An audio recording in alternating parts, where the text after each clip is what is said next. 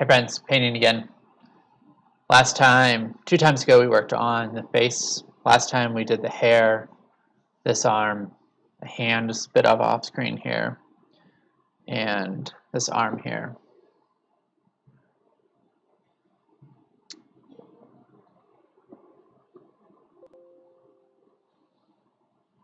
And today I'm going to work on this edge here. It's not particularly exciting, but we're working on the shadow. I might get a little bit into changing her back. It's arched a little bit more than I want it to be. I'm going to be using a photo reference of my iPad, and I have a photo reference, a screenshot of it shared. I do some of my design and composition work in an iPad app called Concepts. Big fan of it. Let's see, here we go, we're set up. I'm surrounded by gear. It's a little bit different than I normally paint. There is gear everywhere. So we're going to start with a palette. We need colors. So what do we want today? I want Payne's Gray.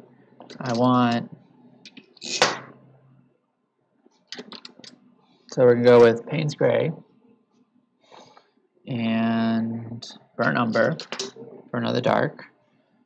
And let's see, Chromium Oxide Green. And I want a lot of dark colors today. I want a little yellow ochre if I want to lighten it up. And do I want to go all the way to black? Maybe. I'll grab a little black in case I want to go all the way to black down. So this is what we're going to start with. Mars Black, Chromium Green Oxide, Payne's Gray, Burnt Umber, and Yellow Ochre. I'm using a new mic today, so let me know how you feel about the audio.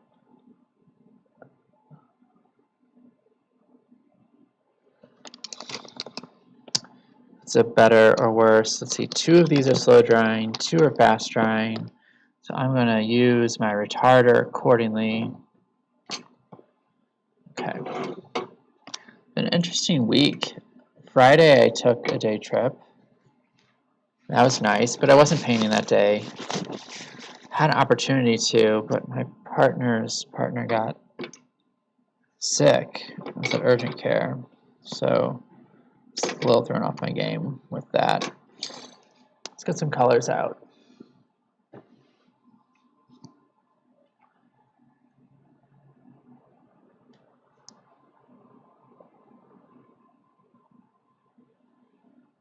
Okay.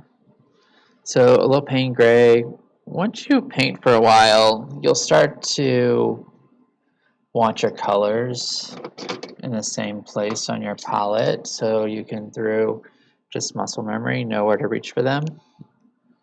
Okay, these 2 are going to need a retarder, so I'm not working fast, and the studio is super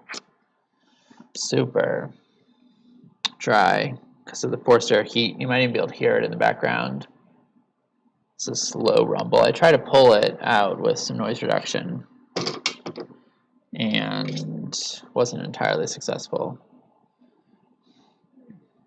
This chromium green oxide is it's really loose.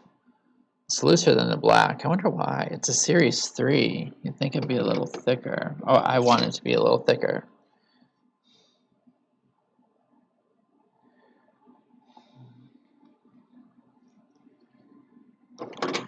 Alright, palette knife, retarder.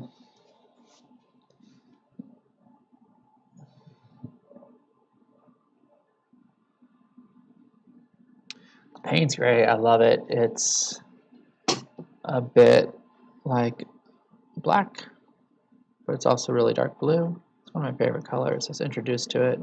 There's another YouTube streamer named Sloop, S-L-E-W-P, I think, Sloop. He introduced me to that in one of his videos about the Zorn palette. It's fantastic. Okay. Now let's mix some colors together. So I don't need to do any through here, maybe a bit, but I hit that a lot yesterday through here a little bit. I want to start with the shadow. I want to start with the shadow of this arm, which means I'm going to need a gray, which I'm going to pull some white for quickly making gray. Thought I might not need it, but I do want a little gray. Okay.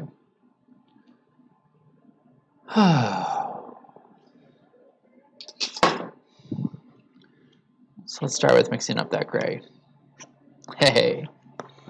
So you should be able to see me mixing through my palette cam. It's my new cam, new mic.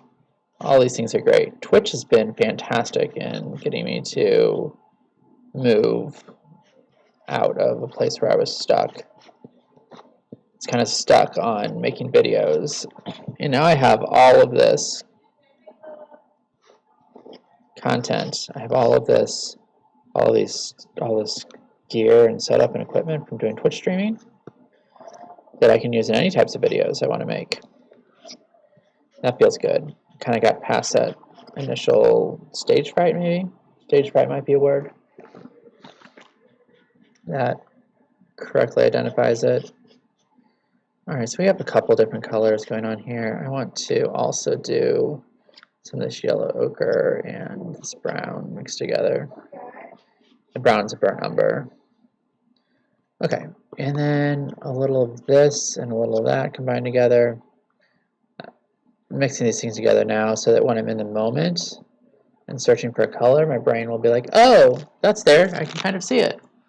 For brush, let's see. I'm going to start with this one. It's a Princeton. It's number 6 flat. You might be able to see that. All right. So the shadow. I am focusing on the shadow. You can actually see the shadow coming through here and have that hair. And it's working a bit. It's definitely not working through here. So let's just start to get some of this con going, right? All painting is just a con. It's a big con convincing you of something that isn't true, convincing you that there's a human here, and there definitely is not a human here. So I'm grabbing a bunch of different colors.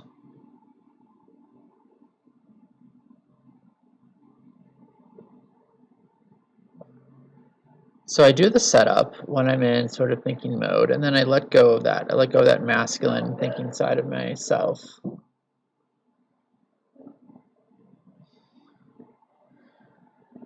And when I'm able to do that, whatever color or whatever I'm supposed to do, whatever I'm supposed to need, just comes to me. It's easy.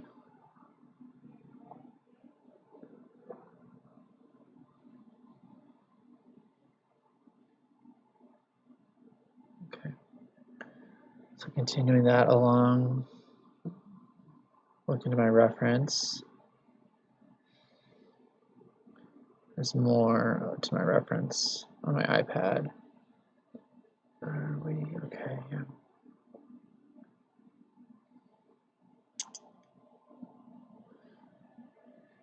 Pulling some straight black, actually a little black with little Payne's gray. It's a really dark spot of the shadow right here. It's like a double up. It's like 2 different lights are being blocked at the same time. Right along that edge. Over here. I'm going to paint for a while, and then I'm going to do some varnishing. Maybe you can come along for the varnish ride too.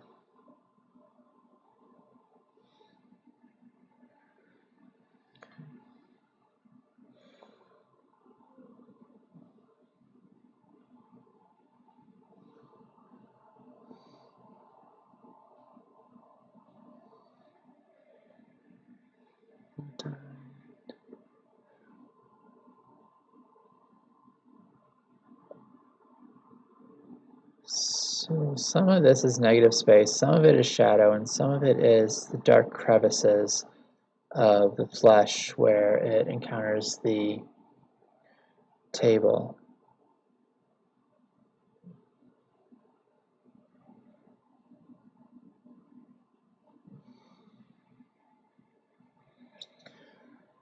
I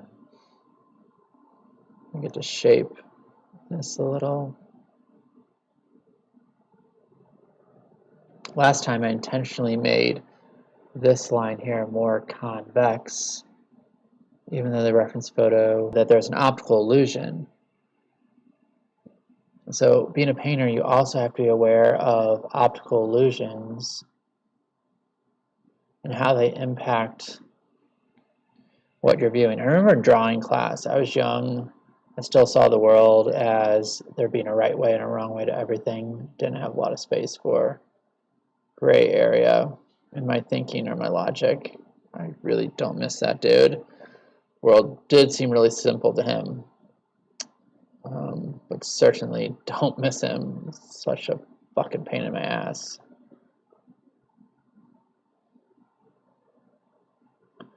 All right, coming across. That feels good. So I'm constantly changing the color around by pulling little bits of different colors from my palette.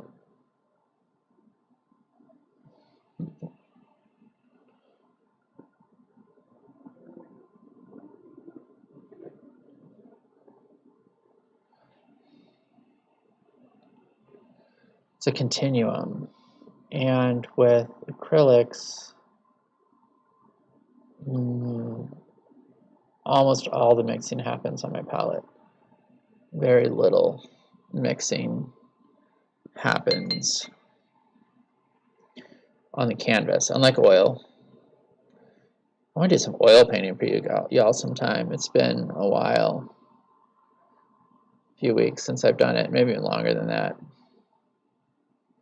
So I'm making some choices about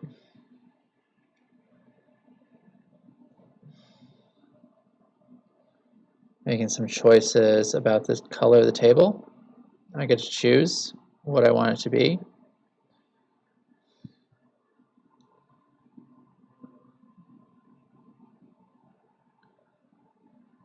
Not going too far. I want to be able to control my paints, which is rapidly drying on my palette.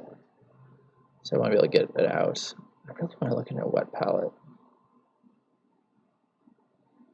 But I'm not going to, because I just dropped all of my art budget on AV equipment.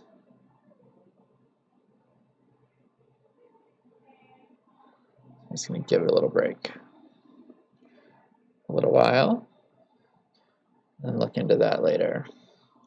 Especially since I have $800 worth of oil paint that doesn't need a wet palette sitting right behind me.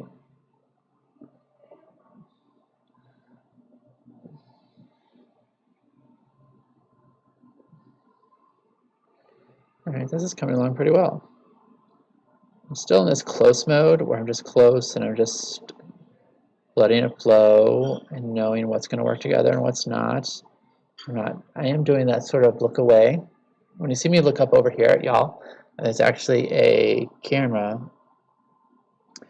There's a preview of the camera. My DSLR is pointed at.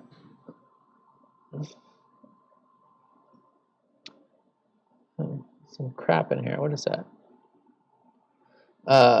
It's pointed at the painting, and I can look over and see a preview. It's small, and I get the view of what this looks like from 5 or 6 feet away. That is a total blessing and benefit of doing this setup. It's being able to quickly see that without having to get up and walk away. I don't mind getting up and walk away. It's pros to moving my body around frequently when I'm painting. And it's nice just to be able to catch it quickly. So I'm just going to the water sometimes when I want it a little bit looser. I don't want to have to like mess with pulling out a medium or more paint or the retarder. It's just a quick fix. Oof.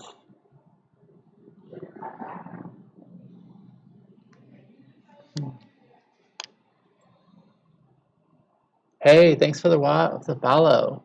Moon Gamora. What a great name. I didn't read it right the first time. Thanks for the follow.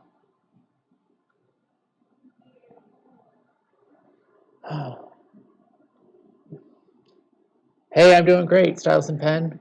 Yeah, Twitch is awesome. Thank you. Thanks for the encouragement. I got to see some of your stream last night. That was really great.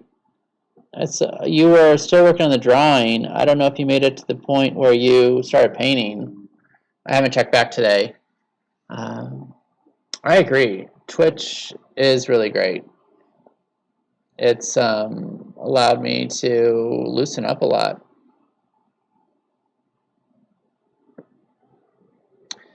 Loosen up a lot and just get okay with being on the camera. I took some of my streams and turn them into little short videos, little 5-minute videos, put them up on my YouTube channel, which needed some attention. Well, it didn't need it. It got some attention. I was happy to get some attention. So that was fun. That's what I did for most of the day yesterday. So like time-lapse videos, compressed it down, a little bit of editing. That was fun. Previous life, I did video editing. I know a little bit about it. And the tools are so much faster today. We used to have to, purpose-built machines. Oh, thank you. It was really fun. I started painting, but I'll probably finish. Oh, cool. Let's finish it later. Nice. I did a watercolor last night that I really liked.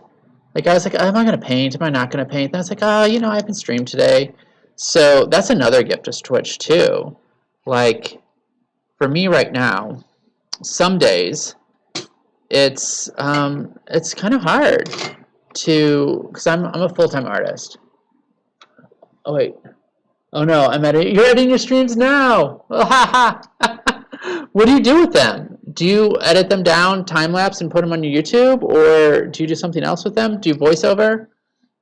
I'm thinking I'm going to do some voiceover. I had a mic situation. I have whatever. Like, I didn't have all the equipment I needed to record because Macintoshes, you can't do a mic in on them. So I had to buy something for that. Oh, also, Stylus and Pen, you're on. I'm wondering, how does my audio sound today? Instead of using that fixed directional mic, I'm using a lavalier mic today, this Rode one. And because I move around a lot, so I can like look over here and over here and over here. And I'm wondering if the audio is better. It didn't sound as good. The other it's like a higher quality microphone, I think. This one I had to like do noise cancellation and play around with the noise gate and stuff. I don't think I got it quite right yet. But I'm wondering how it is with as I move my head and my body as I'm working on bigger things, if it's better than you've heard me in the past. Yeah, I did change it. I'm using this, I'll show you. I ordered one of these. It has two parts. It has this part that clips onto me, and it has this other part over here on my computer. If I can show this. Here, you can see it right here. I'm glad. If you're going to be here like blathering on and talking, I may as well like make it so that I sound okay. Thanks for the input. Appreciate it. Yeah, this is the Rode RODE. It might actually be R0DE. They sell them at B&H Photo. That's where I bought it. I like to get a lot of my AV equipment there. The tech support's really great. They take a little bit longer to ship, and they observe the Jewish Sabbath. So you can't place orders on Saturdays, which is interesting, but kind of like that. They have really great reviews, really great customer service. And the other thing that they do, they don't carry crap. Like if B&H carries it, then I know it's good quality. Not everything is perfect quality from there, but I've never had an issue with anything I bought from B&H.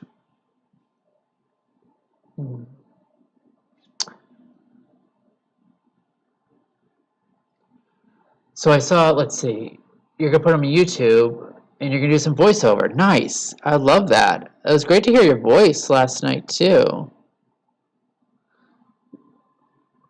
That was nice. I saw you doing something with tarot cards and some dice or something. I only got to watch for about 20 minutes, and I enjoyed that. So you're going to do some voiceover and throw them up on your YouTube channel?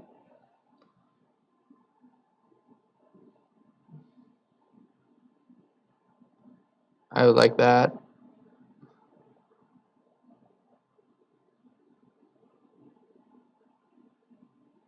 I've been doing so much with Twitch the last 2 weeks. Like, I notice I have catered the type of work I'm doing to stuff that's easier to record. Not that this is a super easy setup, but kind of like building up to going back to like more, like, part of me really wants to get back into doing bigger, more expressive paintings.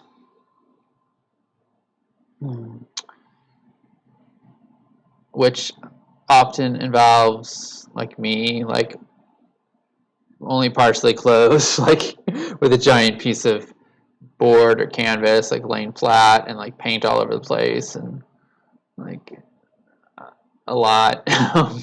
Like an experiential thing for sure. It's almost like performance art, I think. I'll figure out how to record that. My YouTube handle, thanks for asking. It's the same as my Twitch handle. It's, I'll type it in, Jason Hanson Art. Yeah, if you find me, throw a follow, and I'll get a notification, and I can follow you back. That'd be great. I have 2 up there right now. The one from the other day when I was working on that face, and something else I put up there. What was it? I don't remember right now. Yesterday's kind of a blur. It's in a different headspace. Oh, it was what was it? I did 2. One I'm gonna release on Tuesday. This watercolor of this princess with black hair and brown skin. And then, oh, I did another one. This like kind of expressive portrait on top of a painting. Nice, thank you. Thanks for the follow. I'll check that out when I'm not streaming. And follow you back. Maybe I can even do it now on my phone here.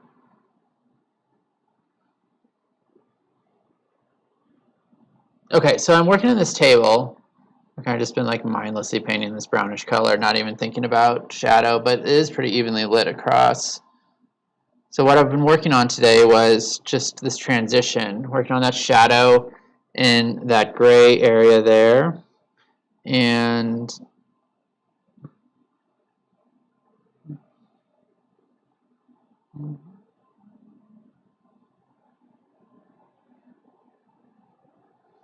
nice.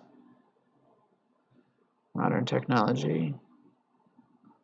Okay, I'm actually gonna pull my body back a little bit and look at this from a little further away. And, oh, hey, look at that. Painted on my, there we go. Okay. So I'm stepping back, and you should still probably be able to hear me, which I'm super excited about. Okay, that's actually working. I want to think about the edge. So as it gets closer to the edge, as this surface meets this other surface, what is it doing? It's rounded, and it's more worn, and because it's more worn, there is less finish on it. So less brown, less color, less varnish, it's less reflective. What are some other qualities of this that I want to paint? I want white. Do a little bit of white with a little bit of this burnt umber, and I'm going to roll that edge over.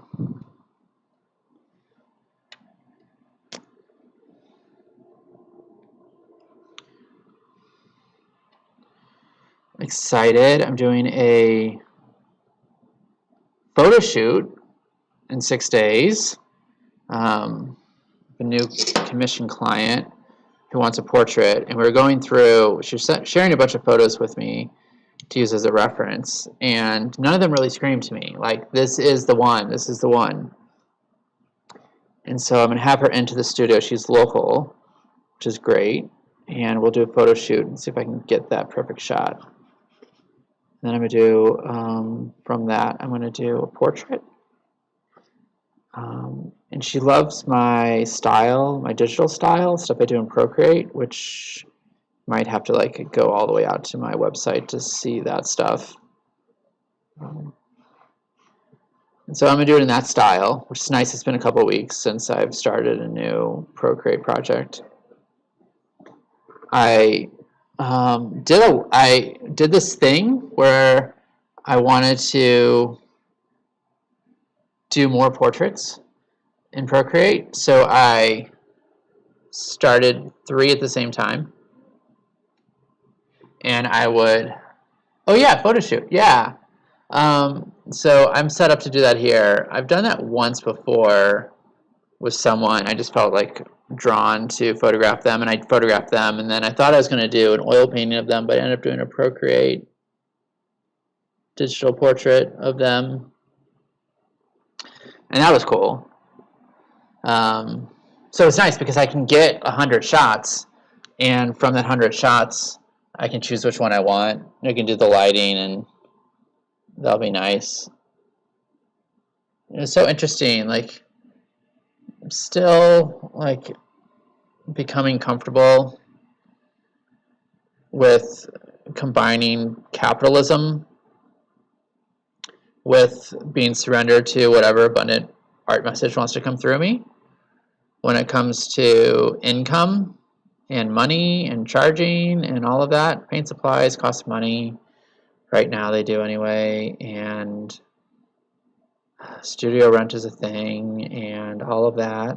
And I don't want to care about any of that. I just want to paint. I want to paint what comes to me. Like, what do I most want to paint today? What is coming through me? What am I being guided and called to create today?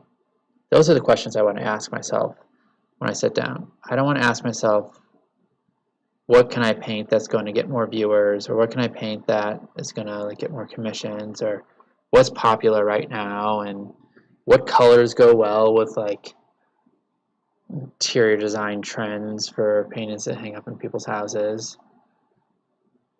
And so I'm finding that right balance. I found a pretty good balance in my facilitation and my coaching. And in that, it's a service, right? It's a service. It's not a product. It's a service that I'm offering. And I have a context-aware scale pricing. It's like 4 prices. And that all depends on the context. There's always an option for free. Then in addition to that, there's like the cheapest money value one you pay the least amount for, is people who are like struggling to pay their bills, or they possess multiple targeted identities, like person of color or trans, combined with like differently abled. Those folks get either free or the lowest. It's kind of doing my part to bring some balance to the systems of oppression that we live in. And then it goes up from there, and it's like a hockey stick. I want to read your comment. It's a very delicate balance. Like I try to balance it with fan art that'll bring viewers who like my style, and then my actual thought out concept art that I really want to, that I want to do all the time. You have a balance between the two of those things. I've spent a lot of time doing balance in my life and compromising, and I happen to be at a point in my life where I have the privilege of not having to compromise, and I don't want to. Now, what I do want to do, I do have an agreement with the universe to do messages, to paint messages that I get, what I'm most called to do, to paint them, to create art in a way that can be understood and received by others. I want what I'm doing to be able to be received. In order for it to be received, someone needs to be able to understand it. And sometimes that means a level of craftsmanship. Sometimes that means doing some things that are representational or doing things that other people can understand. Sometimes it means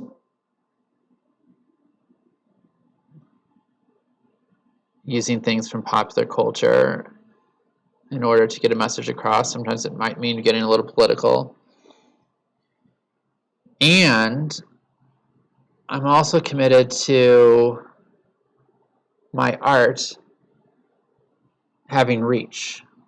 Because there's someone out there. There's someone out there, not me. I get these downloads. I have these messages, these ideas, these things that I want to paint. And there's someone out there in the world who needs to see them. By and large, I don't think the messages that I'm getting are for me. If they are, I should have learned my lesson by now. So it must be that I feel this compulsion to paint because there's messages that someone else needs to hear in their life. And if that's true, then I need to get my work out in as many different places as possible. Countries, languages, platforms, ages, demographics, all of that stuff, so that it's accessible. For me, there's a difference between advertising and awareness. Like the question I ask for myself a lot is, am I willing for people to be aware of my art? And if I'm willing for people to be aware of my art, what does that look like? What types of things would I be doing? Where would my art be? Right? Would I be paying for advertising? Maybe. Would I be trying out different platforms? Maybe. I have this big hang up, this big blockage to like getting on TikTok, because I think it's like only for 12-year-old girls. I have nothing against 12-year-old girls, but Christ almighty. I just don't want to. But whatever I'm resistant to is probably what I need to do most. So maybe February will be my month of figuring out how TikTok works. I'm on everything else. Snapchat, Tumblr, Pinterest, Twitter, Instagram, Twitch, obviously, YouTube, Telegram, Signal. I'm on a lot of those things. Facebook. And then there's some social networks in Russia and China that I'm not on, and I wonder, like, okay, well, maybe I should be on those. Maybe there's like someone. I've done advertising a couple times on Instagram just to learn how it works, and I made a point to like mostly target people outside the United States. There's a lot of older people on TikTok. All right, I haven't been on, so maybe there's a bunch of older people now. That's good information.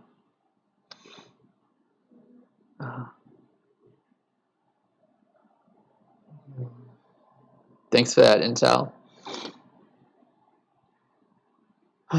So part of this has been part of me like understanding and getting to know myself as it relates to capitalism and art has been like pricing my work. That was a whole thing. That was a whole like, what am I doing over here? I'm going to focus on painting for a minute here. This rolls over and then there's a board in the reference file. And do I want that or do I not? I kind of just want it to be a plank on these stilts. So I have to invent this because it's not in the reference. I'm just going to invent what it looks like.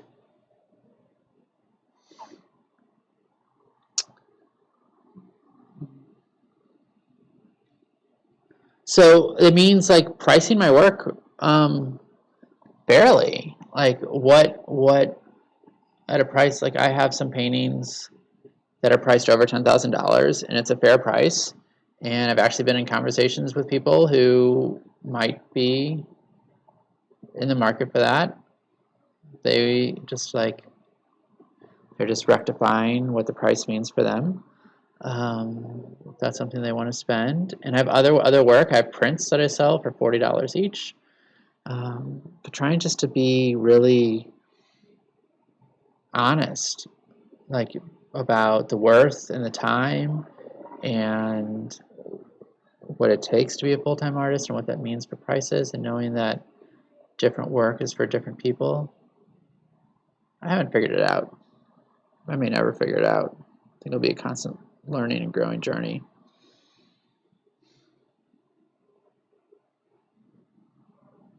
How do you decide how to price your art?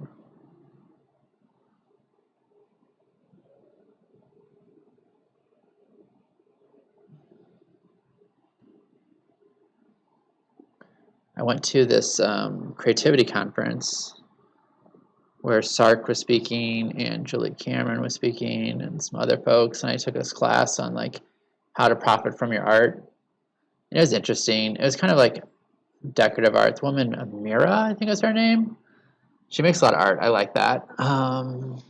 And she gave a class which was really great that I went to, and she had a lot of tips about it, about art's a business and consistency and kind of all those things that you would expect, and being on social, and you can't really hire it out yet. You really need to do it yourself, and investing. I think she spends like $80,000 or $90,000 a year in advertising. I think a core of her business model is this course that she offers, that she sells. It's like better than art school. She sells that course. I think that might be her primary source of income, like her primary revenue stream. You'll figure it out. Thanks, man. Yeah, I just don't have to get to the point where I'm monetizing my art. I hear you. I hear you. It's such a journey. Like folks, it's like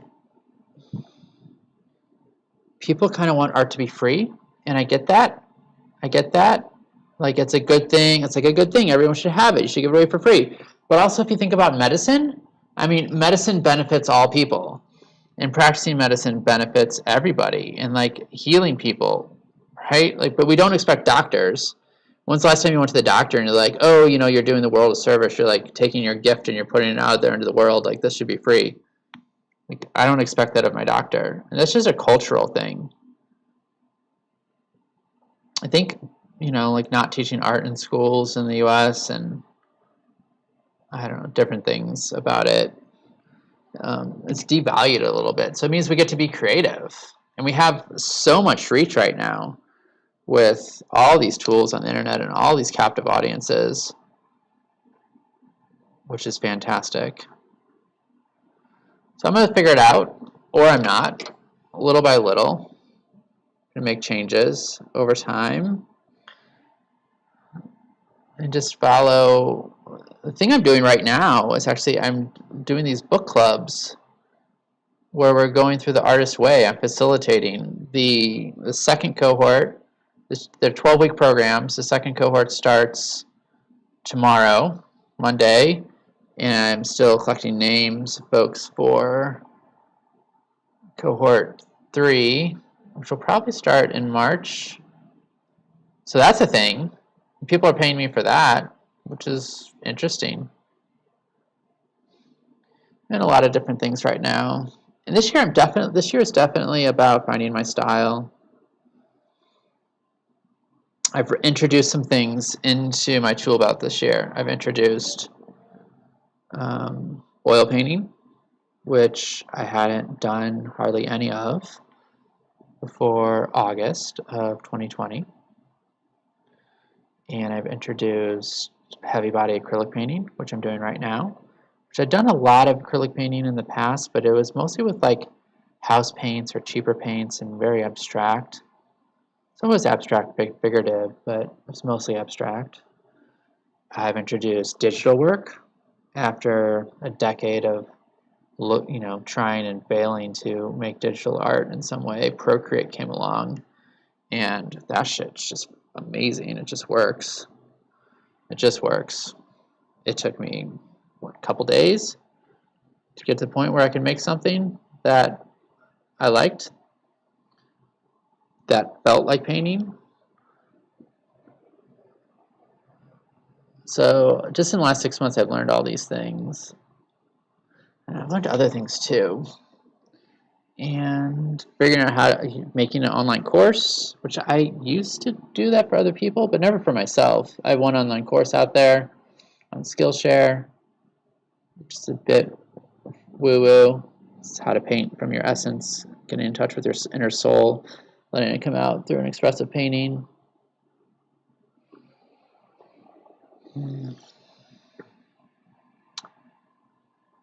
So it's been a year of adding tools to my toolbox. 6 months of that, really. And I keep doing that. I am going to keep doing that. And I suspect that some of that is going to solidify into more into my style. I had an old style when I used to paint a long time ago. And now that I've been back at it almost every day for 6 months, I have these new skills I've built. The time's coming for them to get folded in. For me to pull out my old style again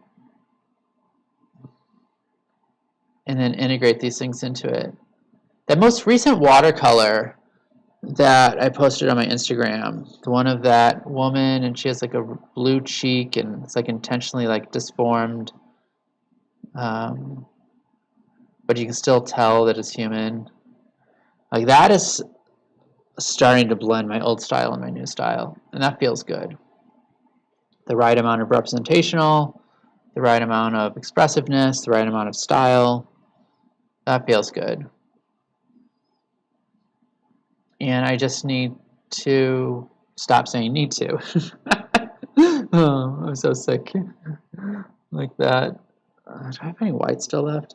Think about some highlights here. That's not what I want. I want this to be mostly white. Okay, so I want some highlight. Oh, thanks, man. That watercolor piece. I didn't name her. Maybe I did. Oh, I did. I named her. But I don't remember right now. Anicia, maybe? It's in the description. She may come back. Every painting I make, it's a tryout, right? It's someone trying out for a recurring character in my multiverse.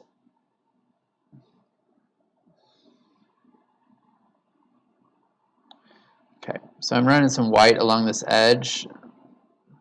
You know, tables when they get old, that it gets worn down around the edge. You can kind of like see through to the raw wood because it's like frequently getting worn down. Swap my reference photo over here. See what that. Yeah, there's a little bit of a shadow cast here, and then it's just a little bit dingier. Let me get that shadow in. I'm off screen for you, but I'm only gonna be off screen for a few seconds here. There's the figure continues a bit. I'm just gonna put in a little bit of shadow in this leg. Turn the autofocus off on my camera. That feels better, so it's not like. Thanks for the compliment on the watercolor piece. It's yeah, I had done one a couple days before that was bad, and it was like bad meaning like I didn't like it, and I was trying. It was like I wanted to be expressive, and I didn't like what I did, and that's okay because I'm okay to do art that I don't like. And the gift in that was me getting permission, giving myself permission to be like, okay, well, we can paint in a little bit more expressive sort of way, and that's okay. Even though I was, did like 4 or 5 of those watercolors that were very representational. So I gave myself permission to get a little bit weird, and I really like that. Okay, so what are we going to do here? I'm going to take a step back. So the goal for today is to figure out this table and the 2 posts that hold it up and the shadows underneath here, and if I have time, get into this arch at the back. So I'm going to take a step away, take a peek at what I got. Oh wow, that's working. Okay. The spot right underneath her eye on the edge of the table where there's a black, that works really good from a distance. That shadow's working too. Add in a little bit more of that. It's fun to be able to make these really big paint strokes. And up front and up close, it's like, what is going on there? That's just like a really big paint stroke. That doesn't make any sense. But when you get away, when you take a few steps back, like this is what I'm doing right here. Like this is just like this mucky, weird, sort of like black, blue, and green smudge, really. But at a distance, it's like, oh, that's shadow. I threw a little brown in it too. That's the shadow cast by the table. And it gives an indication of where the light source is. And how much black do I have? I want more black. That's one of the more fun things about painting big is for just to zoom in on one part of it and be like, what the heck is that? That doesn't make any sense at all. Okay, I want the palette to be in the shot more. Let's scoot it back a bit. Mostly just getting my leg. Tilt it back this way. Okay, so I want a little of this black and mix it with only a little bit of brown. And we're going to run it up against these whites here. So I really like the way that look. Okay, too much. Took a good thing too far. Let's back that off in a couple of spots. Can't have it everywhere. And it kind of looks like a weird pattern. I want something about this edge as it rounds down. So I'm going to take a little bit of the black and a little bit of the burnt umber together.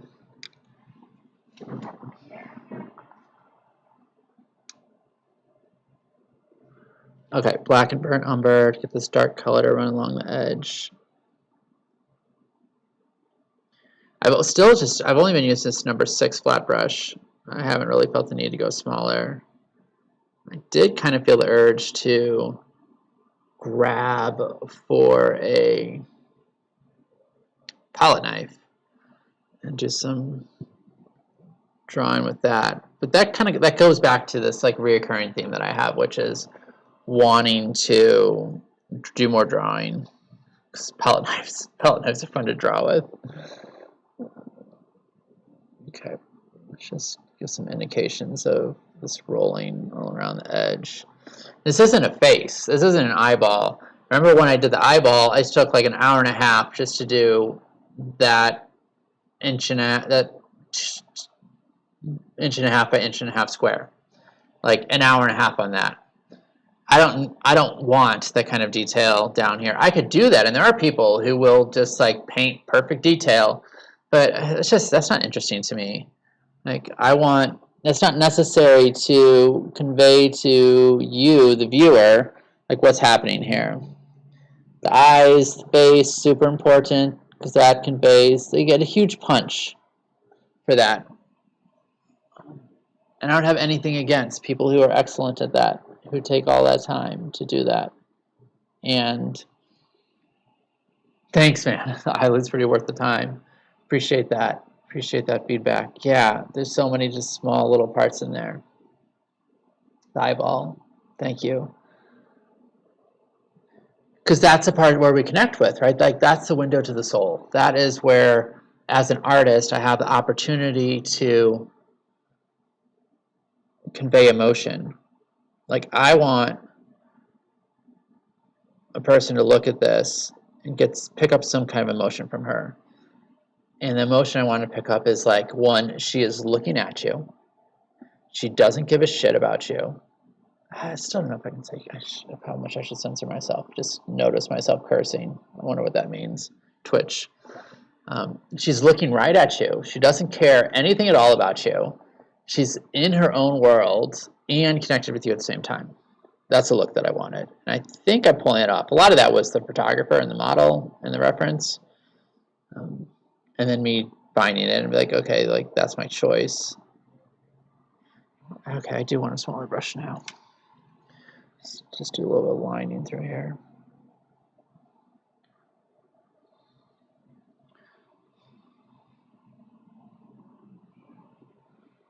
not in love with what's happening here. We'll add some water to it.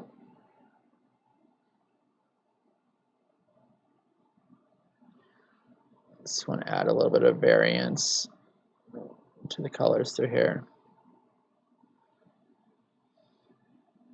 So I never have any issues with spending a ton of time on eyes, but giving the same time and attention to a piece of wood, a wooden table, is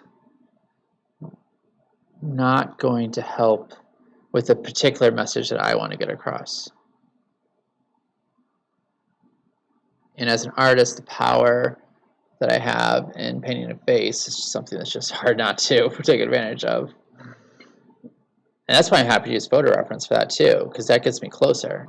That painting I did last night of that watercolor of the woman with the blue cheek, I did that from a photo reference. Nobody would probably know that I did it from a photo reference by looking at the photo. Maybe they would. I think I showed it at some point during the stream, but not online.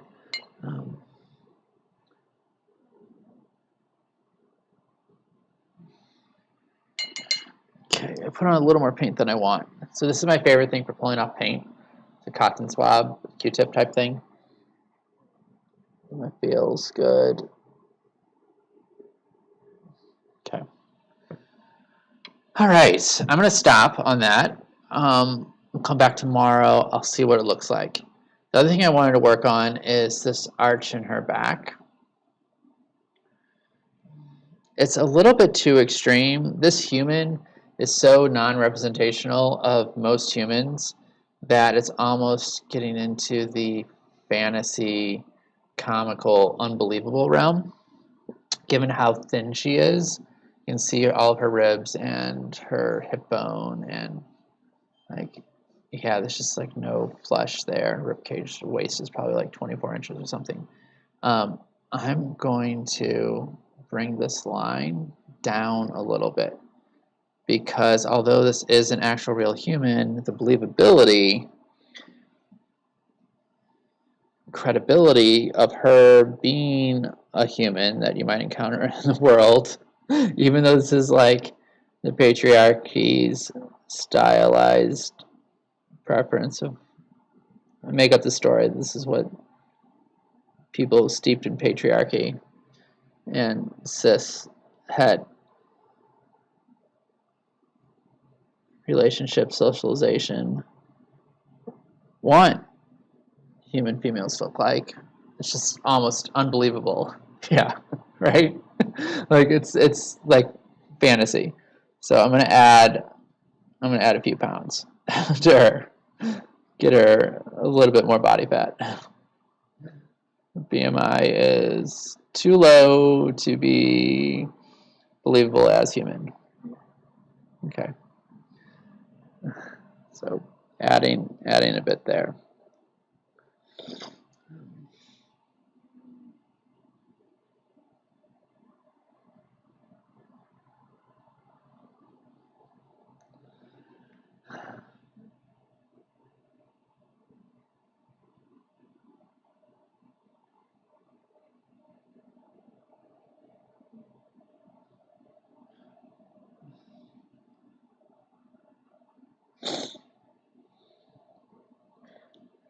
I remember reading comic books from the 90s and 2000s. So many of the heroes and heroines were supposed to be just normal people who had something happen to them, and their bodies were so unbelievable.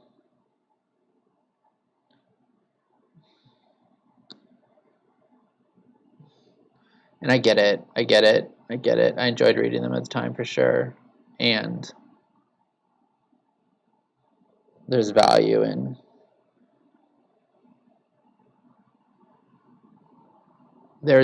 conveying messages and meaning in all body types, all body forms, all genders on the spectrum. There's value in me as an artist knowing how to paint that. how to paint those bodies and those forms and those people, all people, because it gives me more tools in my toolbox to convey more messages and reflect life more.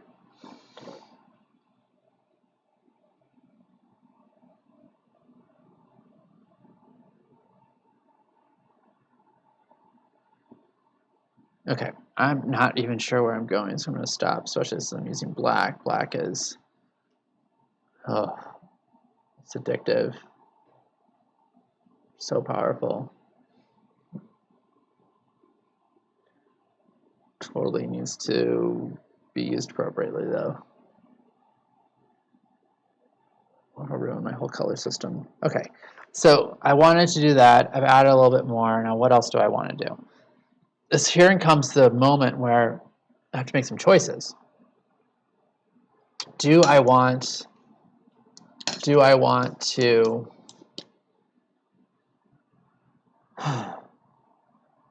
the rest of the body, oh, look at that, it's still wet.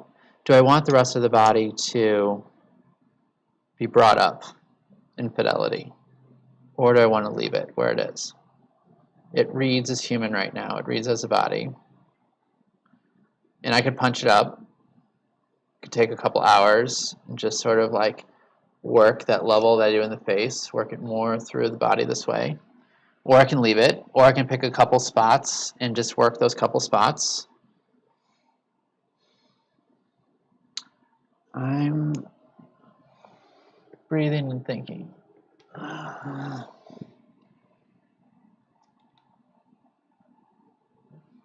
kind of want to clean up some of these edges, these profiles here. There's this line which defines the rib cage and her navel, and then this line which is rib cage on the other side, and this convex area is her stomach. This line is a shadow from her inner thigh. There's actually a lot going on there that might benefit from, yeah, there's a lot going on there, and it will benefit from a bit more definition.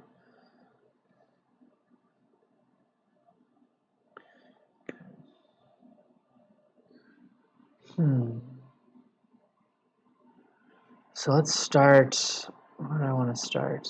Dark or light? I'm going to start light. I was feeling the urge to start dark, and it's probably a sign I should start light.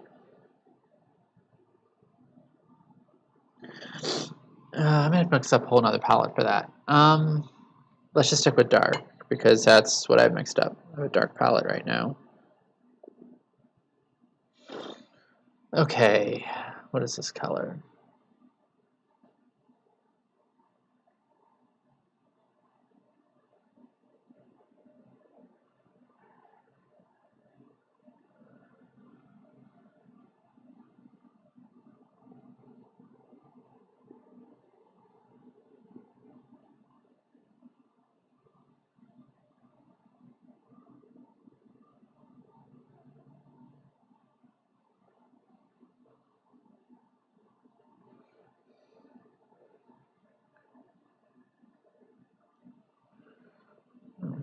Looking very closely at the reference right now. There's a lot that happens in a small amount of space.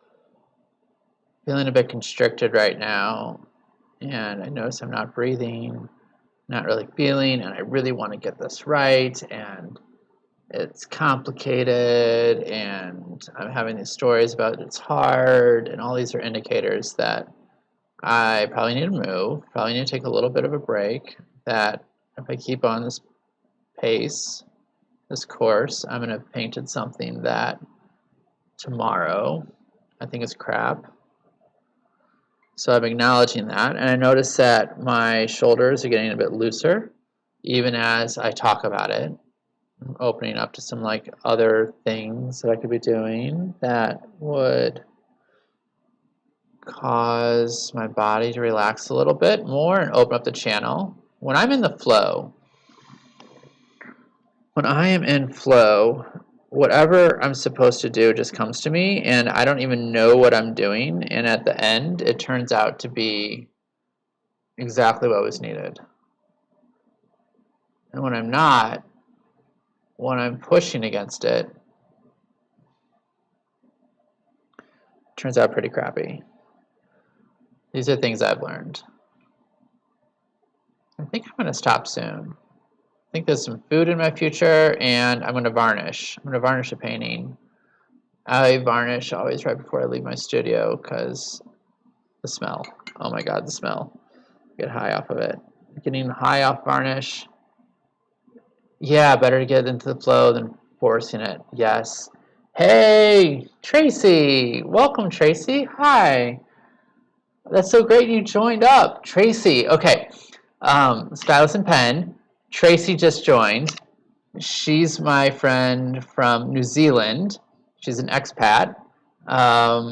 We're doing Creativity Club together. We're reading that book together along with some other people. Tracy, that's so great. Tracy, do you follow me on Twitch? If you don't follow me and you want to follow me, I would love for you to do that. You may have to like browse out to see me elsewhere. Ah, look at that. A few seconds ago, Tracy has followed. Thanks for the follow. That's awesome. Oh. Tracy's been along for the ride as I've been recovering my creativity.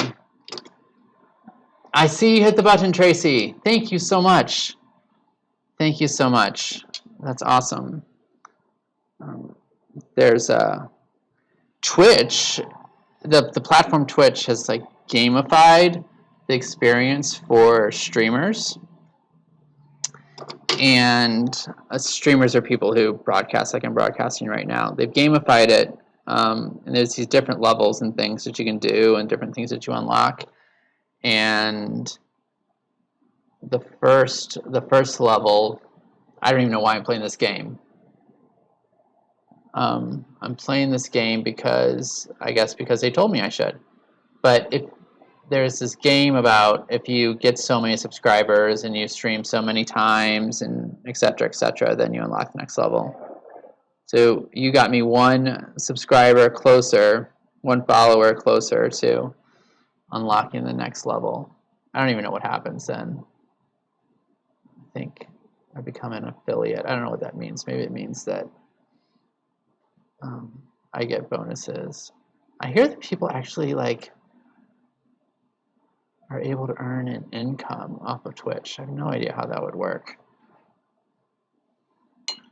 I guess it's just another way that people are learning to be artists and this, like, support themselves. You'll get an affiliate soon. When you get an affiliate, people can subscribe to you, so you actually get money. Oh, so someone could subscribe to me and they get, like, my coaching clients who, like, pay. That's the other thing I was thinking about doing. Tracy. Okay, let's see. Stuyvesant Pen says, your affiliate soon. When you get affiliate, people can sub you, so you actually get money. Stuyvesant Pen asks Tracy, are you an artist? Tracy says, I'm still figuring it out who I am as an artist. Jason's supporting me along the way. I am, and you're doing fantastic. I picked up watercolors for the first time a week ago. I saw your watercolor. Stuyvesant Pen does watercolors too. He has his own channel. So if you want to play the game of Twitch, your son might enjoy that. Tracy also has a teenage son. He might know what Twitch is. It could be a cool mom. You could follow, you go over to Stylus and Pen, and you could follow his channel, too, if that's something you're interested in doing, playing along with what's happening on Twitch more. And then your phone's going to tell you, probably, like, start alerting you when we're streaming.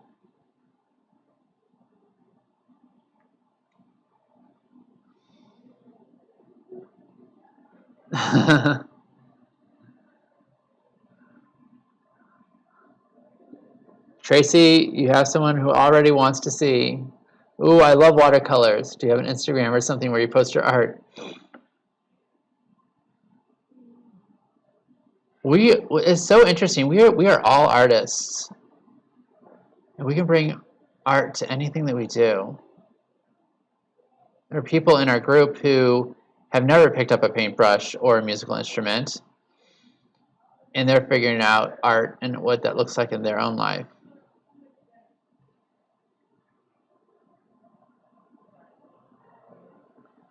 Trace, what time is it in New Zealand where you're at right now? Is it like 7 p.m. maybe?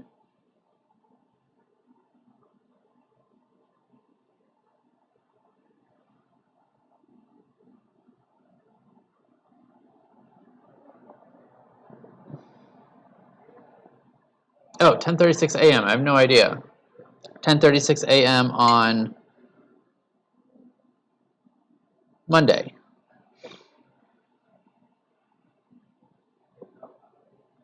And I'm looking at the time here. It's 3:30. I have therapy on Zoom at 5, and I want to varnish. I'm going to stop what I'm doing, and I'm going to varnish. But I might be able to show you the varnishing. This is kind of cool. I'll just have to move my painting over here. I'm doing a transition. Oh, Monday, public holiday. That's cool. Oh, I cannot wait until I can go to New Zealand and visit you and paint in your backyard.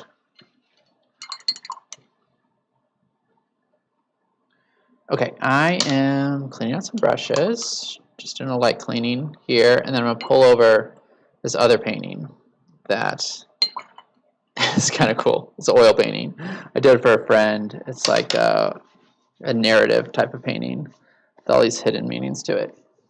Okay. We'll do some logistics here for a minute, but you should be able to hear me. Got my new mic. It travels with me. All right. This painting, which I'm bringing over in a second or two, is called The Matriarch. I have to do a little bit of Tetris here. Be careful where I put it, because there's gold paint all around the edge of the canvas. This has to be done flat. All right. Move my painting card out of the way. It's on wheels. Okay. Oh, Tracy says, Stuyvesant Pen, I have not poster art. I'm still learning to even open the package of the watercolor. Oh, I love that. Okay, what do we got here? I'm setting up a sawhorse. I'm going to zoom out all the way, turn autofocus back on. So when I varnish, I always varnish flat, and I try and use new brushes or really clean brushes.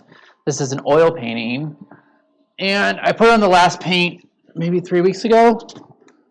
Some of the thickest paint I put on more than a month ago. Okay.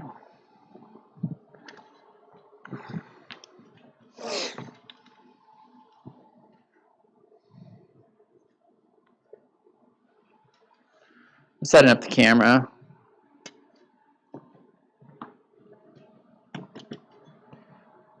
There we go.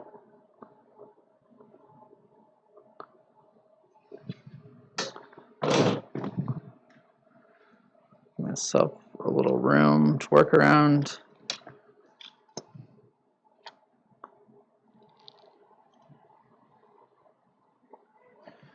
Okay, and my varnish.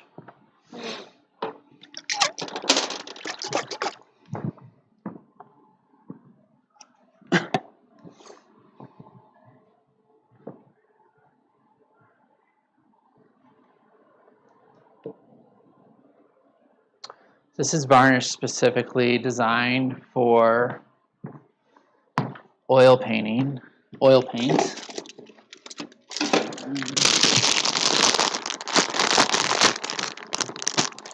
Okay.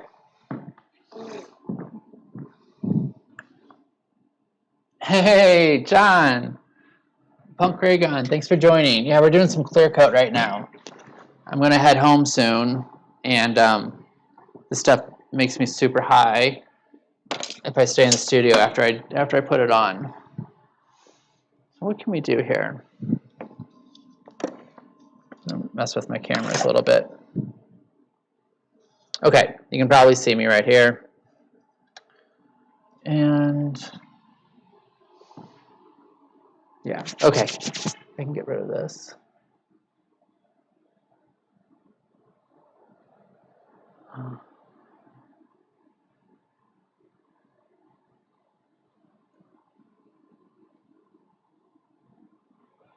Okay.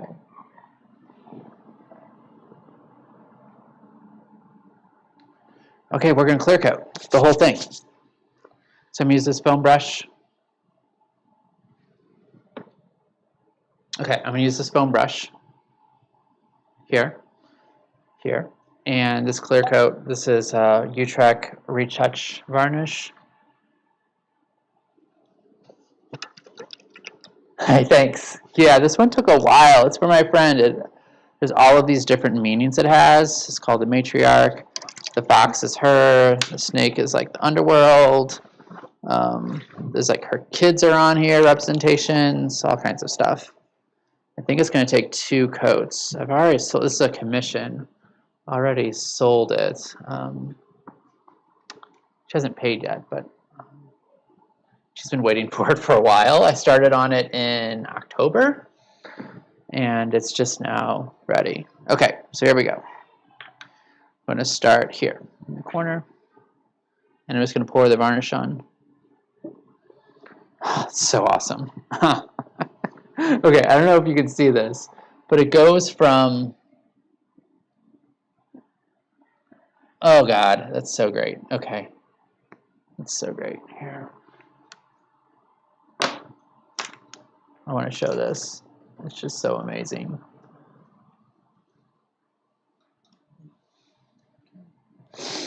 Okay, put this camera here. Will that work? Put it in the corner. Yes. Yeah, okay, just you can see, okay, it's a bit precarious, but that's okay. That's how we're rolling. You can see when you put on the varnish, it completely changes. It's like super, super shiny, and the color totally pops. So let me put it on over this mushroom here. You can watch what happens. I'll pour a little over here, and we'll watch what happens when I stroke through it. Like the difference between this little mushroom hasn't got it yet, but the other one does. It's my favorite part because it brings back all of that luster that it had as it was drying. Okay, and it dries faster than oil paint. It'll dry in a couple days.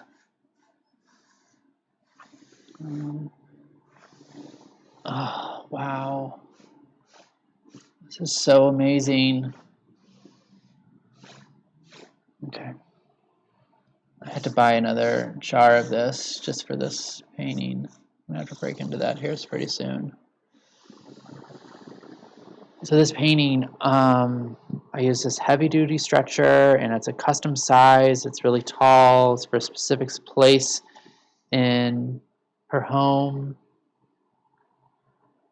And I'm using gold paint. It's metal fleck paint. It's not actual real gold. And oil and expensive canvas and varnish. I'm like, maybe? I bet I'm $400 into this and just in materials. It's worth it. It's nice using. This isn't even the expensive oil paint. All right, I'm thinking about this edge here, right? The edge is this metallic gold paint. Which looks like this. You can see the gold edge there, and it has a shine to it. Now I varnished over it before on another painting, and I haven't decided if I want to varnish over the gold in this one. Punk Ray Gun, if you are listening, if you have an opinion on varnishing over gold metallic paint. Oh God, look at that. There's crap in here. It's like a piece of my ceiling. I love my studio, but parts of the ceiling and walls fall into my paintings.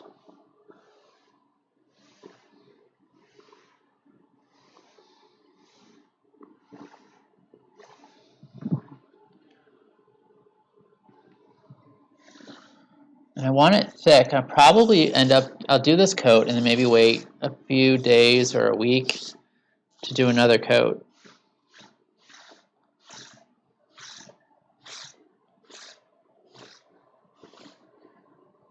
Leave it flat? Okay, I will. Probably wipe the edge then as I'm going around to keep it from, it's probably a good time to use a new rag and not an old one. I'll wipe the edge of it. This way. So I might do, because I could always do another edge of gold. I'm a little worried about her kids like running around and banging into it.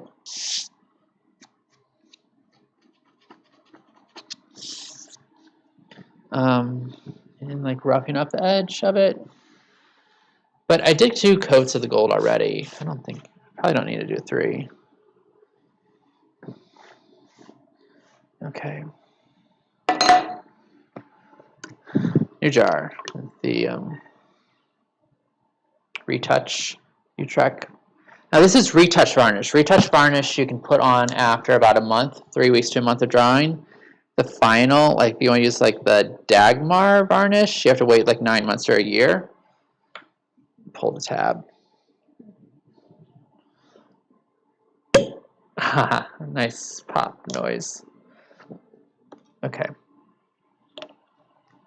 I don't think this needs shaken, but I'm just going to give it a quick revolution.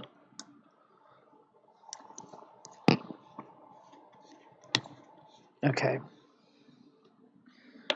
So more of this.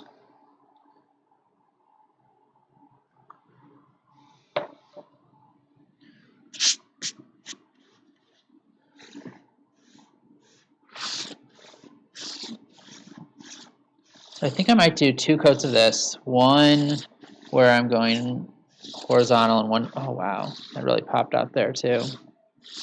This is so exciting. It's so exciting. Now I have some gold paint on the surface too. These circles over here are gold. I'm going to varnish over them. And if I need to, I can come back over with more gold. It's not a really easy way to go around them. I know because there's another painting. I'll show you the other painting on the wall over there. With this camera, I think I can adjust. There's a painting over there on the wall. It's far away, but it has these big circles on it, gold circles. And it still keeps its luster. But I'm not going to do it on the edge. This is the part I was a little worried about varnishing over already because I did it with a palette knife and it's very thick. I think I'm going to use this whole $30 can of varnish just on this one painting. Okay. Yeah, not a great sign. Little bits of it are flaking off. Just a couple little peaks.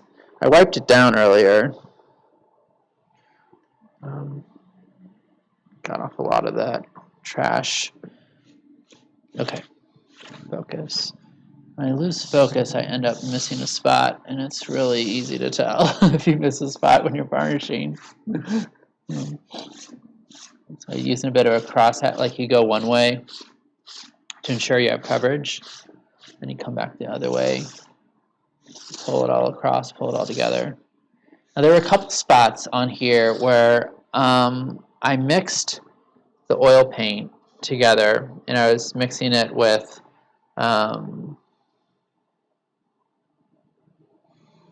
linseed oil. Some of it I mixed with liquid, some I mixed with turpentine, some with a combination, like half linseed oil, half mineral spirits. And one day I was using a lot of linseed oil. And on that day, I put down some of this blue color. Wow, it's just like night and day. It goes from, it's just amazing. It goes from being kind of like ho-hum, flat color to like totally popped. So back to the story about the blue paint. I used too much linseed oil, and it didn't dry. Like it took weeks and weeks and weeks and weeks and weeks to dry. And when it did dry, it dried with this sheen to it, like this gloss. And it's been my hope all along that when I did the final varnish, the spot right here, let's see if that one's in camera, this spot right here. So that spot is the worst of the spots of being a different finish. Like it was super glossy. And my hope is that when I cover everything with varnish, this gloss varnish, that it will, oh my god, look at that blue. It's across. And it's looking like it's going to be. I won't know for a couple of days until it dries completely. So one of the interesting things that I found about doing a commission is that although the client was like, do whatever you want, do whatever you feel like you want to do. She wanted it to really be an expression of me, but also I know her. I know about her history and her kids and like tragedy and joy and all these things in her life, and all those things are represented in different spots in this painting. Also, she has an opinion, right?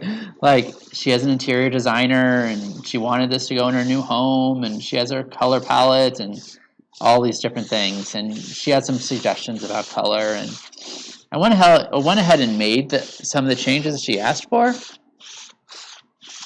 And I don't know, like it wasn't what I came up with originally. So it gets into this idea of collaboration. Like, when is collaboration art? Like, when is that part of the process? And when is that like not being true to the art that I want to make, the art that you want to make? Like, when do you compromise? Like sometimes, like if you want to do big art, you have to compromise because you need to work with other people. You can't always do it on your own. Okay, seeing some streaking in here. Okay. Never really found a way to clean these brushes out after doing varnish with them. Oh my goodness. I think if there were any like small birds in here, like parakeets, they would be dead by now, given the smell that's going on in here. And it is like 32 degrees Fahrenheit outside. So I am not going to open the window. Okay, there's some crap on here, some dust.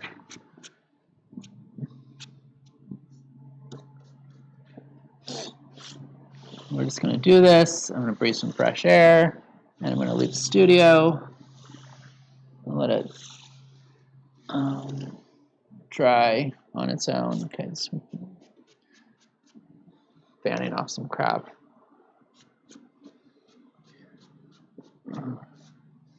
They were doing construction on the building in other studios over the summer, and that smell, right?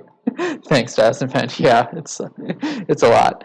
Like, I'm not noticing it in this moment, and that's probably some respirator or something I could wear, and I have an N95 here in house, but I haven't done the research to know if it's going to Like sometimes you wear those masks. I think actually, Punk Ray Gun, you told me this. Sometimes you wear masks and it actually just ends up trapping in the vapors if it's the wrong kind of mask. So I haven't done the research on this particular varnish and what masks are recommended. Okay, so I'm moving through with my head, moving up and down, looking for this shine to see what spots I've missed. I always miss a spot somewhere. I'm looking to see if there's any garbage on here. So we were doing construction over the summer, and I would come in, and a wet painting would have like black dirt all over it that was falling out of the ceiling. And it was super annoying. They're done with that for the most part, I think, but it is not a dust-free environment at all. Having a dust-free environment where I could work on 8-foot-tall paintings is a lot more complicated than like the environment that I have now. Okay, so I'm just intentionally, all this is still wet. I'm not going to add any additional streaking or pull it off. This is not acrylic paint. I can do this. I'm just going over all of it just to be sure that it's spread well. And just so I can look at it. Sometimes just like going over something slowly with a brush is a way of looking at it. So I'm looking at it to see if I have missed any pieces of dirt or a couple of the tips of this orange paint. That very thick application with a palette knife, if like any of that like flaked off anywhere.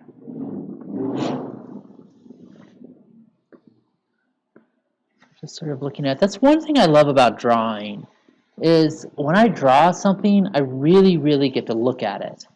If I'm drawing an apple or a chair, like drawing it is a way that forces me to really look at it.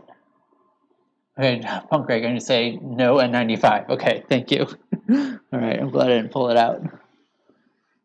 I'm just going to breathe, and the air's on, and there's air return, and this flowing air, and it's really drafty, so a lot of air from the outside. I'm not going to pass out or anything. It's not an airtight place for sure. Okay. Okay. Now I'm looking for any spots where it's really thick. I'm just going to scoop some of that up and move it somewhere else. This is going to be ready to dry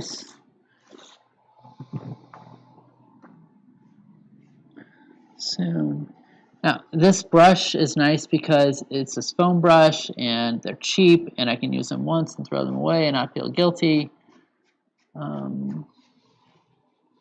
And it has the sponginess of it. It has a way of introducing air bubbles into what I'm doing. And I'm just making sure there's not excess air bubbles. I don't have a varnish specific brush, nor do I think I could actually take care of it if I bought one. There's a lot of junk on here. Okay. It will be very hard to get anything off. Now this is retouch varnish, which means that I can put oil paint over the top of it if I need to. And then let all that mess dry and then varnish it again later. And it's going to seal the painting. So with this client, she's local, she's in my city. I will likely in a year go and kidnap her painting for a week and put a coat of final hard varnish on it. I think she might be shocked. I don't know. I'll talk to her about it. I haven't really decided. What do other oil painters do? John says, turn a fan on in the room. That'll help. Thanks, John.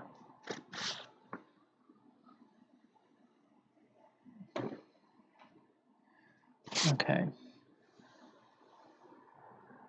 Varnishing, it's like I want the airflow, I want it to dry, I want to be able to breathe, and I don't want dust flying all over the place. Which I guess is a good reminder. I want to do a deep clean in my studio sometime. Maybe we'll do that for my 6-month anniversary, which is right around now. Okay. All right, and I'm stopping. No? I missed a spot. How did I miss that spot?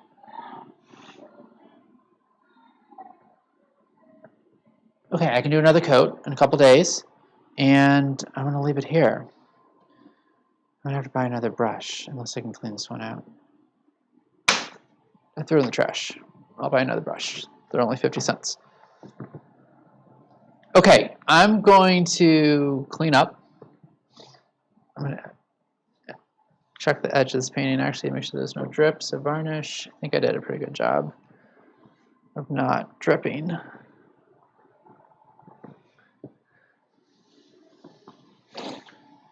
And I'm going to clean up and go to better sources of air, like the outside. All right, so yeah, this was Utrecht oil medium retouch varnish. You can put it on after about 3 or 4 weeks of oil paint drying, and it will seal it, it will protect it. I feel good enough like delivering the painting to my client with just this on it, and she's gonna love it. I love how much brighter all the colors look. It's kind of hard to see with all the glare, I know, right? Like, it would be almost impossible to ever make a photo of this again because of it's so shiny now. But that's just how it is. Okay, I'm gonna say goodbye for now. Goodbye. Thank you for the follow, Tracy. Thank you for the follow. Moon, Gamora, John is Punk Breaker. It's great to see you. Stylus and Pen, also great. I'm still learning how to see who's in chat right now. Nice. All right.